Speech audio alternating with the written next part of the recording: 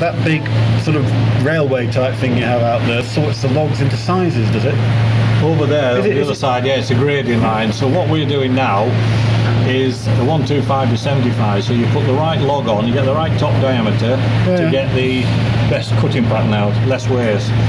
So we grade the logs beforehand just to do this specific order. So we'll try and work out how many logs we require, and then the lad outside counts them. He's put them all to a side here, this front heap. And he's putting them on now for this specific order, and then the next order might be totally different size altogether.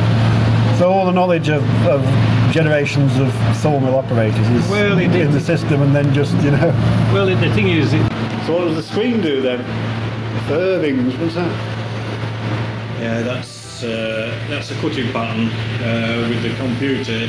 When it goes through this scanner, it's silver, aluminium. Oh yeah. That's telling you what we're getting as a centre. We're cutting a 125 by 75, but what it's doing here is making two. So what it goes through on the first pass is one or two boards each side. Oh yeah.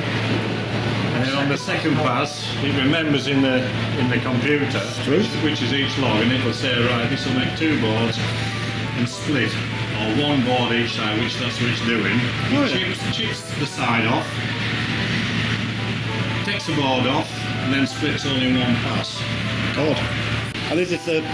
I mean, how long's this setup been in? We've been on this side with this system here since about 1999.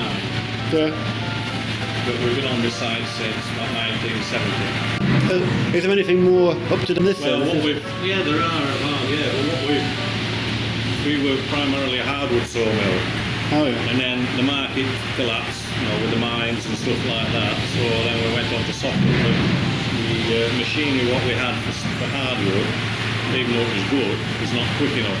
Yeah. So you have to get something which is more computer orientated and faster.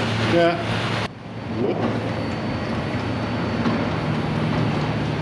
So I used to work in a